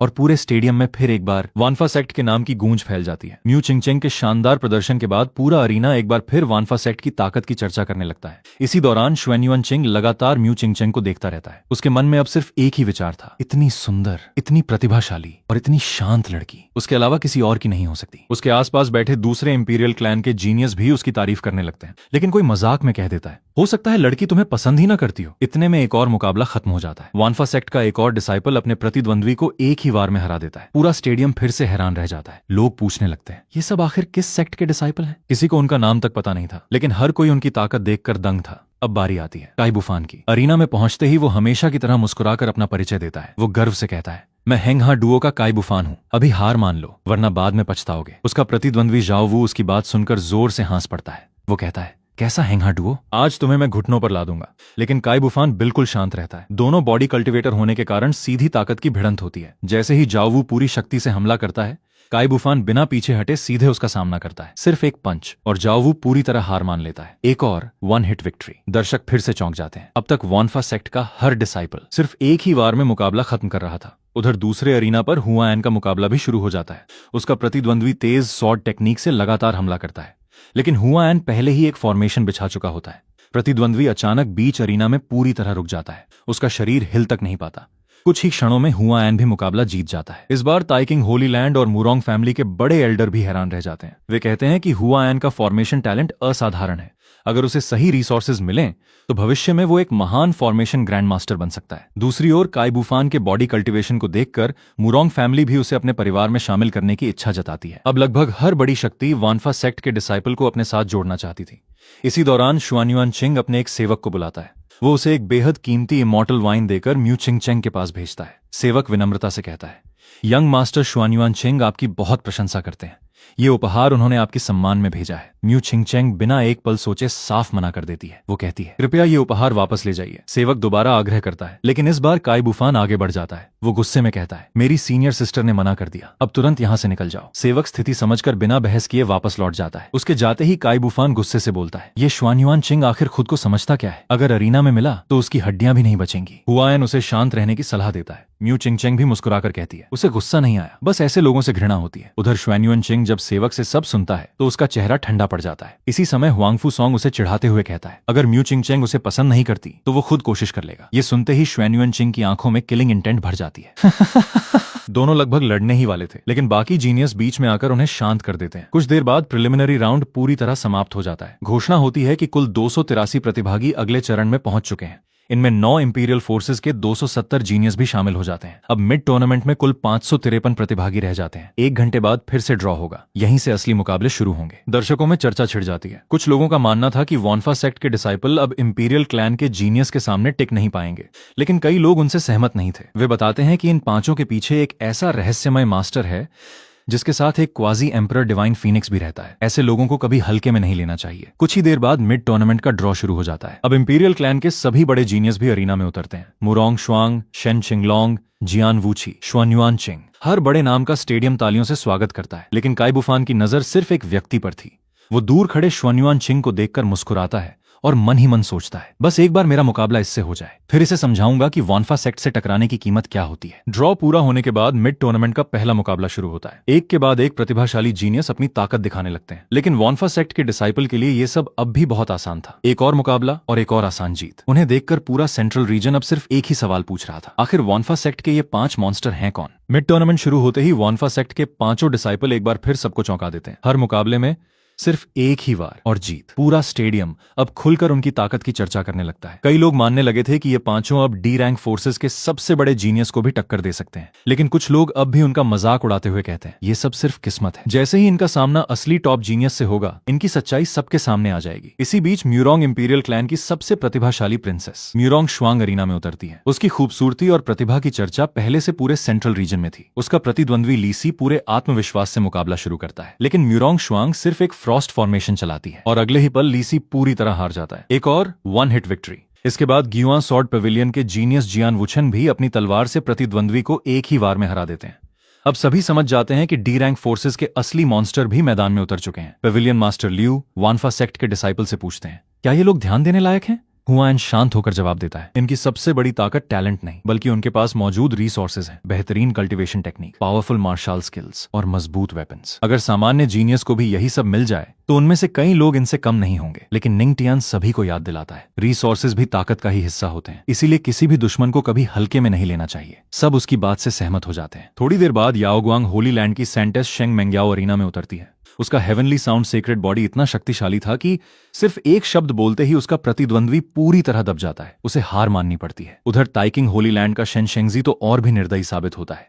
वो सामने वाले को आत्मसमर्पण करने का मौका तक नहीं देता और एक ही वार में उसे गंभीर रूप से घायल कर देता है। अरीना का माहौल लगातार और खतरनाक होता जा रहा था। कुछ देर बाद शुआन्युआन चिंग भी अपना मुकाबला जीत लेता है, लेकिन उसकी नजर अब भी सिर्फ म्यू चिंगचेंग पर ही टिकी हुई थी। राउंड खत्म होने के बाद फिर से ड्रॉ शुरू होता है। अब दूसरे चरण के मुकाबले होने वाले थे। शुआन्युआन चिंग मुस्कुराकर कहता है, दुआ करो कि मेरा मुकाबला तुम लोगों से ना हो, वरना मैं तुम्हें जिंदगी भर याद रहने वाला सबक सिखाऊंगा। म्यू चिंगचेंग बिना उसकी तरफ देखे जवाब देती है, तुम मेरे नाम लेने के भी लायक नहीं हो। काई बुफान भी हंसते हुए कहता है, अगर अरीना में मिले तो तुम्हारी सारी अकड़ निकाल दूंगा। दूसरा राउंड शुरू होता है। इस बार काई बुफान का मुकाबला ग्युआन सॉर्ड पवेलियन के एक डिसाइपल से होता है। मुकाबला दोस्ताना माहौल में शुरू होता है। कुछ वारों के बाद सामने वाला स्वयं हार मान लेता है। काई बुफान उसकी सॉर्ड स्किल की तारीफ भी करता है और उसकी कमी भी समझाता है। उधर दर्शक अब हैरान रह जाते हैं। इतने मुकाबलों के बाद भी वॉनफा सेक्ट का कोई भी डिसाइपल अब तक दूसरा वार चलाने पर मजबूर नहीं हुआ था। हर लड़ाई सिर्फ एक मूव में खत्म। अब निंग टियान अरीना में उतरता है। उसका प्रतिद्वंद्वी ल्यू वेनहाओ पूरी ताकत से हमला करता है, लेकिन निंग टियान लगातार 2 पंच मारता है और पूरा मुकाबला वहीं खत्म हो जाता है। ल्यू वेनहाओ पूरी तरह हार जाता है। अब तो कई बड़े जीनियस भी स्वीकार करने लगते हैं कि वॉनफा सेक्ट के ये 5 डिसाइपल साधारण नहीं है। फिर सबकी नजर सबसे छोटी डिसाइपल निंग यून पर जाती है। सिर्फ 10 साल की उम्र, लेकिन उसकी ताकत देखकर हर कोई स्तब्ध था। कई लोग कहते हैं, अगर 10 साल की उम्र में कोई इतना शक्तिशाली हो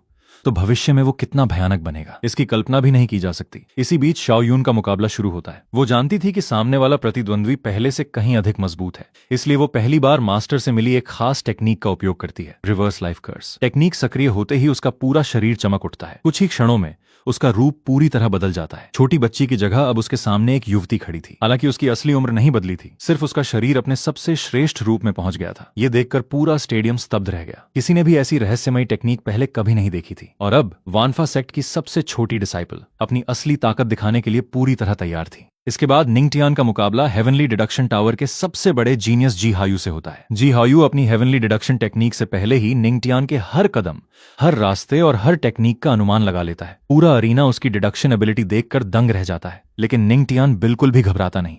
वो शांत होकर कहता है कि हेवनली डिडक्शन केवल उन्हीं चीजों का हिसाब लगा सकती है जिनके नियम तय हों, जबकि उसका डाओ किसी एक नियम से बंधा नहीं है। उसके मार्शल आर्ट्स दिल की इच्छा के साथ बदलते रहते हैं। डाओ हर पल नया रूप लेता है, इसलिए उसे कोई पहले से नहीं समझ सकता। जी हायू अपनी सबसे शक्तिशाली फॉर्मेशन बनाकर निंग टियान को चारों तरफ से सील कर देता है। उसे पूरा विश्वास था कि इस बार सामने वाला बच नहीं पाएगा, लेकिन निंग टियान बिना किसी घबराहट के अपनी टेक्निक बदल देता है। उसकी हर चाल पहले से अलग होती है और डिडक्शन पूरी तरह बेकार साबित हो जाती है। कुछ ही पलों में जी हायू हार मान लेता है। उसकी सबसे बड़ी ताकत पहली बार किसी के सामने पूरी तरह टूट जाती है। पूरा अरीना अविश्वास में डूब जाता है। अब हर कोई मान चुका था कि वॉनफा सेक्ट के ये 5 डिसाइपल किसी साधारण सेक्ट से नहीं आए हैं। सभी मुकाबले समाप्त होने के बाद कुल 68 प्रतिभागी फाइनल्स में पहुंचते हैं। अगले दिन फाइनल राउंड होना था, इसलिए सभी अपने अपने ठिकानों पर आराम करने लौट जाते हैं।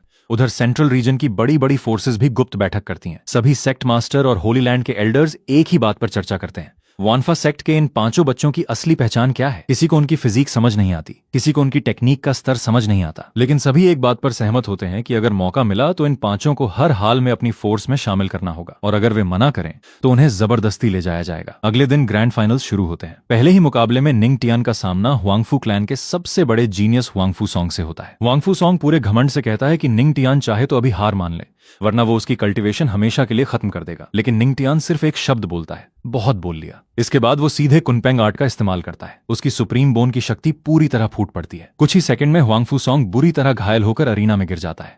पूरा मुकाबला एक तरफा खत्म हो जाता है। वांगफू क्लैन के एल्डर्स गुस्से से खड़े हो जाते हैं और निंग टियान पर चिल्लाने लगते हैं, लेकिन दूसरे लोग तुरंत उन्हें रोक देते हैं। अरीना के नियम सबके लिए बराबर थे। हारने के बाद बहाने बनाने का कोई मतलब नहीं था। लेकिन हुआंगफू क्लैन के भीतर एक और खतरनाक योजना जन्म लेती है। वे तय करते हैं कि टूर्नामेंट खत्म होने के बाद निंग टियान को पकड़कर उसकी सुप्रीम बोन निकाल ली जाएगी और उसे हुआंगफू सॉन्ग के शरीर में ट्रांसप्लांट कर दिया जाएगा। उधर काई बुफान का मुकाबला मुरोंग शुआन से होता है।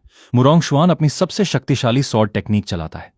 हजारों सॉर्ड शी पूरे अरीना में फैल जाती हैं, लेकिन काई बुफान अपनी इंडेस्ट्रक्टिबल वाइल्ड बॉडी सक्रिय कर देता है। सारी सॉर्ड शी उसके शरीर से टकराकर बेअसर हो जाती हैं। मुरोंग शुआन अपनी अंतिम सॉर्ड आर्ट भी चला देता है, लेकिन फिर भी काई बुफान को कोई नुकसान नहीं पहुंचता। अंत में मुरोंगशुआन हार जाता है और वॉनफा सेक्ट फिर एक और मुकाबला जीत लेता है। इसके बाद दूसरा ड्रॉ शुरू होता है। इस बार सबसे ज्यादा ध्यान एक मुकाबले पर जाता है, निंग यून बनाम शुआनयुआनचिंग। पूरा अरीना सन्न रह जाता है। शुआनयुआनचिंग वही व्यक्ति था जिसने पहले म्यू चिंगचेंग को पाने की कोशिश की थी। मुकाबला शुरू होने से पहले भी वो निंग यून को धमकी देता है कि अगर म्यू चिंगचेंग उसकी बात मान ले तो वो इस छोटी बच्ची की जान छोड़ देगा। लेकिन निंग यून उसे घूर कर सिर्फ इतना कहती है, अगर बोलना खत्म हो गया हो तो लड़ाई शुरू करो। शुआनयुआनचिंग पूरी ताकत से अपनी इंपीरियल सॉर्ड टेक्निक चलाता है। अनगिनत सॉर्ड शी निंग यून की तरफ बढ़ती हैं, लेकिन निंग यून सिर्फ शिलिन स्टेप का इस्तेमाल करती है। उसकी चाल इतनी रहस्यमयी होती है कि एक भी सॉर्ड अटैक उसे छू नहीं पाता। शुआनयुआनचिंग हैरान रह जाता है। तभी निंग यून पहली बार अपनी असली शक्ति दिखाती है, एंशिएंट हेवी प्यूपिल्स।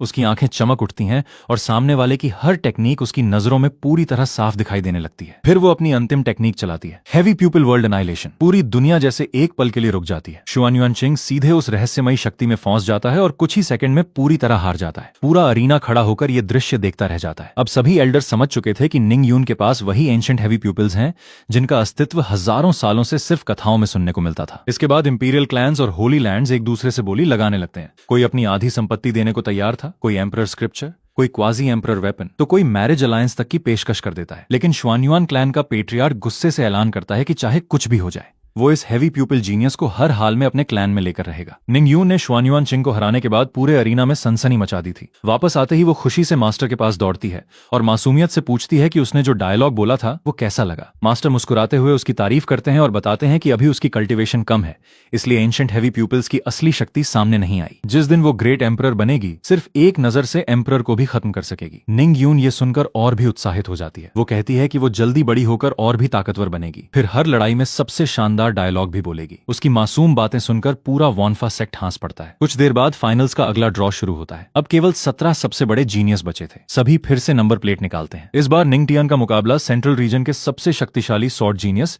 जियान वूचन से तय होता है, जबकि निंग यून को लकी बाय मिल जाता है और वो सीधे अगले राउंड में पहुंच जाती है। पूरा अरीना इस मुकाबले का बेसब्री से इंतजार करता है। जियान वूचन अपनी 5 एलिमेंट सॉर्ड बॉडी की पूरी शक्ति खोल देता है। उसकी 5 elements unity heaven slashing sword art पूरे अरीना को सॉर्ड शी से भर देती है। दूसरी तरफ निंगटियान बिना घबराए अपनी डोमिनेटर फिस्ट से सीधा जवाब देता है। दोनों की टक्कर इतनी भयानक होती है कि पूरा स्टेज कांपने लगता है। पहली बार ऐसा लगता है कि निंगटियान को बराबरी का प्रतिद्वंद्वी मिला है। कई बार सॉर्ड शी और फिस्ट शी टकराती हैं, लेकिन कोई भी पीछे नहीं हटता। आखिरकार जियान वूचन अपनी सबसे शक्तिशाली सॉर्ड टेक्निक चलाता है। उसे पूरा भरोसा था कि इस बार निंगटियान नहीं बच पाएगा, लेकिन उसी क्षण निंगटियान अपनी सुप्रीम बोन की असली ऑरा बाहर निकाल देता है। इतनी भयानक शक्ति देखकर जियान वूचन समझ जाता है कि अब तक निंगटियान अपनी पूरी ताकत इस्तेमाल ही नहीं कर रहा था। कुछ पल बाद वो स्वयं हार मान लेता है। अब टॉप 10 के मुकाबलों का ड्रॉ होता है। हुआएन का मुकाबला चूसी से तय होता है। काई बुफान को फिर से बाय मिल जाता है, जिससे वो थोड़ा निराश भी हो जाता है क्योंकि वो लड़ना चाहता था। हुआएन का प्रतिद्वंद्वी कन्फ्यूशन पाथ का सबसे बड़ा जीनियस था। दोनों की लड़ाई सिर्फ ताकत की नहीं बल्कि डाओ की लड़ाई बन जाती है। सामने वाला कन्फ्यूशियन सेक्रेड लॉ और लिटरेचर ब्लेड का उपयोग करता है, जबकि हुआएन 5 एलिमेंट्स और मिस्टिक आर्ट्स को एक साथ मिलाकर जवाब देता है। काफी देर तक दोनों बराबरी से लड़ते हैं। आखिर में हुआएन अपनी टेक्निक को पूरी तरह बदल देता है और 5 एलिमेंट साइकिल की असली शक्ति दिखाता है। सामने वाला जीनियस उसकी ताकत स्वीकार करते हुए हार मान लेता है। हुआएन की जीत के साथ वॉनफा सेक्ट का एक और डिसाइपल अगले राउंड में पहुंच जाता है। अब म्यू चिंगचेंग की बारी आती है। उसका प्रतिद्वंद्वी मुकाबला शुरू होने से पहले ही उसका अपमान करने लगता है। वो कहता है कि आज पूरे अरीना के सामने उसकी इज्जत मिट्टी में मिला देगा। म्यू चिंगचेंग एक शब्द भी जवाब नहीं देती। वो सीधे अपनी रेनकार्नेशन बॉडी एक्टिवेट कर देती है। पूरा अरीना रहस्यमयी विजन से भर जाता है। ऐसा लगता है जैसे अनगिनत जन्मों का चक्र एक साथ दिखाई देने लगा हो। सामने वाला जीनियस पहली बार डर महसूस करता है। बड़े बड़े एल्डर्स भी पहचान लेते हैं कि ये लेजेंडरी राइनकार्नेशन बॉडी है, जो 10 सबसे दुर्लभ फिजिक में गिनी जाती है। कुछ ही क्षणों में म्यू चिंगचेंग अपने प्रतिद्वंद्वी को पूरी तरह हरा देती है। अब सभी समझ चुके थे कि वॉनफा सेक्ट के 5 डायरेक्ट डिसाइपल किसी भी लेजेंडरी जीनियस से कम नहीं है। इसके बाद निंग यून का मुकाबला म्यूरोंगशुआंग से होता है। मुरोंगशुआंग भी किसी साधारण जीनियस की तरह नहीं थी। उसके पास प्रोफाउंड यिन डिवाइन बॉडी थी और वो एंशिएंट हेवी प्यूपिल्स की ताकत को परखना चाहती थी। मुकाबला शुरू होते ही निंग यून अपनी हेवी प्यूपिल इल्यूजन टेक्निक चलाती है। मुरोंगशुआंग तुरंत उस इल्यूजन में फंस जाती है और पूरे अरीना में बिना दिशा के हमला करने लगती है। दर्शकों को समझ ही नहीं आता कि वो आखिर किससे लड़ रही है। लेकिन कुछ देर बाद मुरोंगशुआंग अपनी डिवाइन बॉडी की ओरिजिन पावर एक्टिवेट करती है। वो इल्यूजन को तोड़ देती है। पहली बार किसी ने एंशिएंट हेवी प्यूपिल्स की इल्यूजन से बाहर निकलने में सफलता हासिल की थी। इसके बाद दोनों अपनी सबसे शक्तिशाली टेक्निक चलाती हैं। पूरा अरीना रोशनी और स्पिरिचुअल एनर्जी से भर जाता है। आखिर में निंग यून हेवी प्यूपिल्स की असली दिखाते हुए एक ही वार में मुरोंगशुआंग को हरा देती है। मुरोंगशुआंग हार स्वीकार कर लेती है और मानती है कि एंशिएंट हेवी प्यूपिल्स सचमुच प्राचीन काल की सबसे भयानक शक्ति है। पूरे अरीना में फिर से वॉनफा सेक्ट की चर्चा शुरू हो जाती है। अब निंग टियान का अगला मुकाबला शेन चांगचिंग से होता है। मुकाबला शुरू होने से पहले शेन चांगचिंग सबको चौंका देता है। वो अपनी असली कल्टीवेशन छिपाए हुए था और अब सीधे सेंट रियल में प्रवेश कर चुका था। पूरा स्टेडियम दंग रह जाता है। सभी को लगता है कि इस बार निंग टियान जरूर हार जाएगा, क्योंकि सेंट रियल्म और सेंट एंट्री रियल्म के बीच बहुत बड़ा अंतर होता है। लेकिन निंग टियान बिल्कुल शांत रहता है। वो मुस्कुराकर सिर्फ इतना कहता है, सेंट रियल्म कोई बड़ी बात नहीं है। दोनों के बीच भयंकर लड़ाई शुरू होती है। शेन चांगचिंग अपनी सेंट पावर का पूरा उपयोग करता है, लेकिन निंग टियान हर हमला आसानी से रोक देता है। अंत में वो सुप्रीम बोन की शक्ति और अपनी डोमिनेटर फिस्ट को एक साथ इस्तेमाल करता है। एक ही भयानक प्रहार और शेन चांगचिंग सीधे अरीना में गिर जाता है। सेंट रियल्म का जीनियस निंग टियान के सामने भी टिक नहीं पाता। पूरा अरीना सन्न रह जाता है। किसी ने कभी नहीं सोचा था कि सेंट रियल्म का प्रतिभाशाली जीनियस भी इतनी आसानी से हार जाएगा। इस तरह वॉन्फा सेक्ट के डिसाइपल लगातार एक के बाद एक असंभव जीत हासिल करते हुए टूर्नामेंट के सबसे बड़े दावेदार बन जाते हैं। अब पूरे सेंट्रल रीजन को समझ आ चुका था कि वॉन्फा सेक्ट का असली आतंक अभी पूरी तरह सामने आना बाकी है। दोस्तों, सबसे पहले आप सभी का दिल से धन्यवाद। आप लोगों ने इस चैनल को जितना प्यार और सपोर्ट दिया है, उसके लिए मैं हमेशा आपका आभारी रहूंगा। लेकिन कुछ कारणों की वजह से इस चैनल पर फिलहाल मुझे वीडियो अपलोड करने में समस्या आ रही है। इसलिए हो सकता है कि मैं कुछ समय तक इस चैनल पर नई वीडियो अपलोड न कर पाऊं। अगर आप ऐसी ही शानदार मैन हुआ, डोंग हुआ और नॉवल एक्सप्लेन्ड वीडियो देखते रहना चाहते हैं तो मेरी दूसरी चैनल को जरूर सब्सक्राइब कर लें। उसका लिंक आपको डिस्क्रिप्शन और पिंड कमेंट में मिल जाएगा। और एक जरूरी बात, सीजन 4 अभी तक रिलीज नहीं हुआ है। जैसे ही सीजन 4 आएगा, मैं उस पर पूरी एक्सप्लेन्ड वीडियो बनाकर सबसे पहले अपलोड करूंगा। तब तक आपको मेरी नई चैनल पर इसी से भी ज्यादा मजेदार और दमदार नई सीरीज देखने को मिलेगी। और अगर इस चैनल की समस्या ठीक हो गई तो मैं यहीं पर भी फिर से नियमित वीडियो अपलोड करना शुरू कर दूंगा। आखिर में, अगर आप मुझसे इस कहानी से भी बेहतर कोई नई स्टोरी देखना चाहते हैं तो नीचे कमेंट में न्यू स्टोरी जरूर लिखें। इससे मुझे पता चलेगा कि आप अगली कौन सी सीरीज देखना चाहते हैं। वीडियो पसंद आई हो तो एक लाइक कर दीजिए, चैनल को सब्सक्राइब करना मत भूलिए और अपना ख्याल रखिए। मिलते हैं अगली वीडियो में।